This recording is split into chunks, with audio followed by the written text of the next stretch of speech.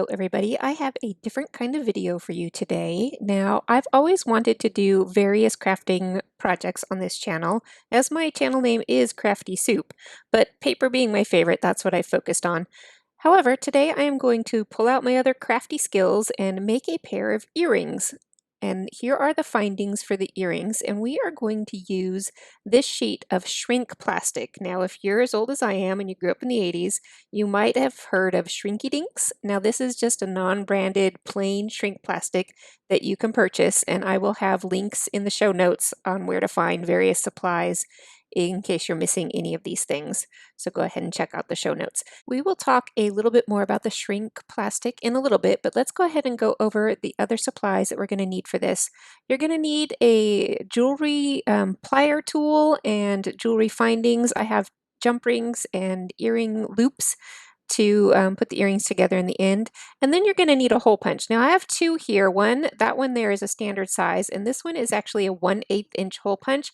I would recommend the 1/8 inch hole punch if you have it, because that'll make your jewelry findings fit better. We're going to use this piercing tool to help us control the plastic while we're shrinking it with a heat gun. You can also shrink it in the oven, and I will get to more of that later. You're going to need a permanent solvent-based ink pad, such as StazOn.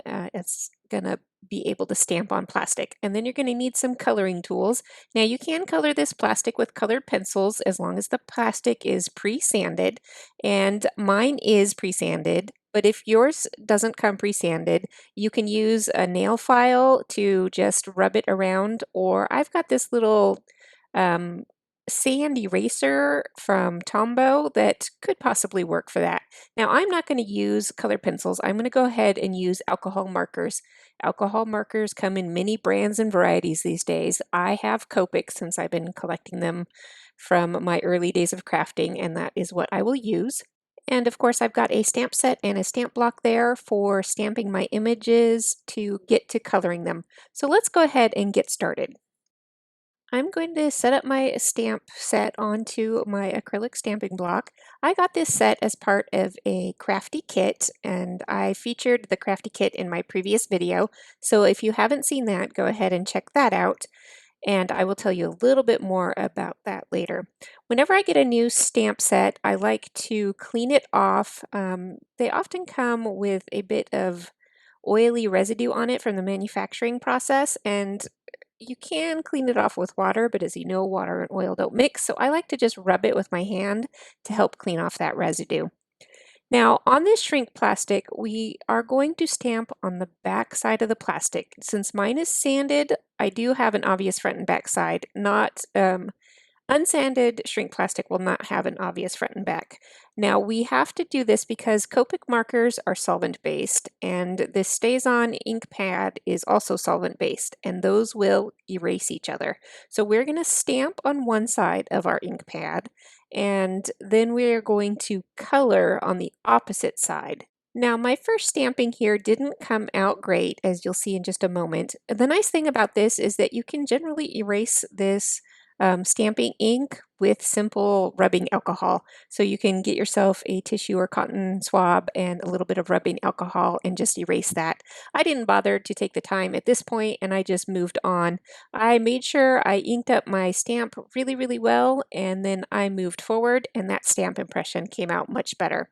So I'm going to go ahead and stamp 2 of these because we are going to make a pair of earrings, and then we will get to the coloring part. I'm going to go ahead and speed you up for the rest of the video. Here are my images pre-stamped, and remember we have to flip our plastic over and color on the opposite side. And I just chose 3 autumnal colors, and I'm just going to randomly choose little leaves. Now it's a little hard to see here, but this is a little wreath image, and I am just going to color the leaves kind of randomly with my 3 colors. I'm making sure that I have some of each color on the inside of this wreath and some of each color on the outside. Other than that, I am not taking too much time to worry about other coloring issues. And now that I've got both of my images colored, I will try and give you a closer look here at those. And then the next step is to fussy cut these out. So you are going to, oh, there's a better second closer look at that. You are going to want a pair of scissors that are multi-purpose scissors. You don't want to use good paper scissors on this plastic. And what I like to do to get started is just to kind of cut around in a very broad stroke so that I have a little more flexibility in getting into the nooks and crannies with these scissors. And I am not cutting super close to these lines. I am actually leaving a bit of a border around. That makes it both easier for me to deal with cutting out this image. And when you shrink it, that border is also going to shrink, and so you don't have to worry about it too much. Here you see me working on the inside of this, so I just gave myself a hole punch, and then from that center hole, I'm cutting some slits up around the inside of this wreath, and then I'm going to trim off those kind of wedge pieces that are created.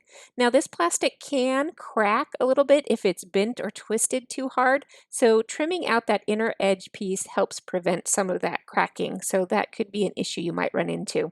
So I am just going to continue trimming out all of these pieces until they're ready to get to the shrinking part, and then I will come back with that.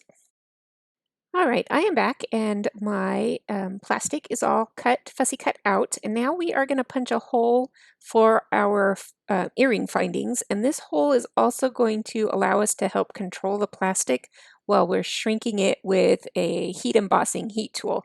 Now you can shrink these in the oven, just follow the package directions on how to do that. I usually shrink them with my heat embossing heat tool, so that's my preferred method.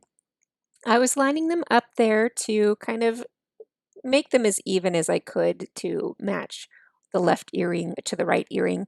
And there you can just barely see those little holes that I punched into that plastic. Now I am bringing out a heat-proof surface. This is a glass mat I use for cutting and heat embossing on. This one is a really old product. There are newer glass mats on the market. And here is my heat tool. It is plugged into the wall behind me, so this is as far into frame as I can get it. And I will use this pokey tool and put that tool through the hole that I punched in that plastic. If you use a pokey tool on top of the plastic directly, it will leave a dent in your project and you will be unhappy. So here I am, I'm just going to set it down. I'm putting my tool into that hole and then we'll get to heating it up. All right, I'm going to do the shrinking here in real time. As you can see, when the plastic gets hot, it starts to not only shrink, but it kind of curls up on itself. Now, when the entire piece gets hot enough, and I'm sorry my hand's in the way, it will actually kind of uncurl itself back into its normal shape. Now, it won't go completely flat, so I will set something heavy on it like my acrylic block, and that will help flatten it back out. And it just needs a moment to cool, and then you'll be ready to go. And just so you can see the difference the shrink plastic makes, I've put an unshrunk piece side by side with my shrunk piece. And as you can see, the hole in my plastic is still there. It will shrink down a little bit, but it should be big enough for your findings to fit through. All right, I am back and I have both earring images ready, and we are going to go ahead and complete the really simple step of turning these into jewelry. I have my jump rings here, and a jump ring is just a loop of metal that is easy to spread apart. As you could barely see there, I just twist it a little bit sideways. You don't want to pull the ends apart from each other. Instead, you want to kind of twist them sideways, and that's better on the metal. And then you can put that jump ring hoop through your earring and through your earring loop, and then close it back up again. And just like that, you have an earring. I will finish these off and then we'll leave you with a couple of close-up photos. These earrings I made to go in this tiny gift box that I showed how to make in my previous video, so go ahead and find the link and watch that episode. And here are the earrings in a more close-up form, and you can see some of the detail on there. I hope you enjoyed this video. If you got anything useful out of it, please do give me a like. That does help my channel grow. And here are a few more videos that are suggested by YouTube. Thanks for watching. I'll see you next time.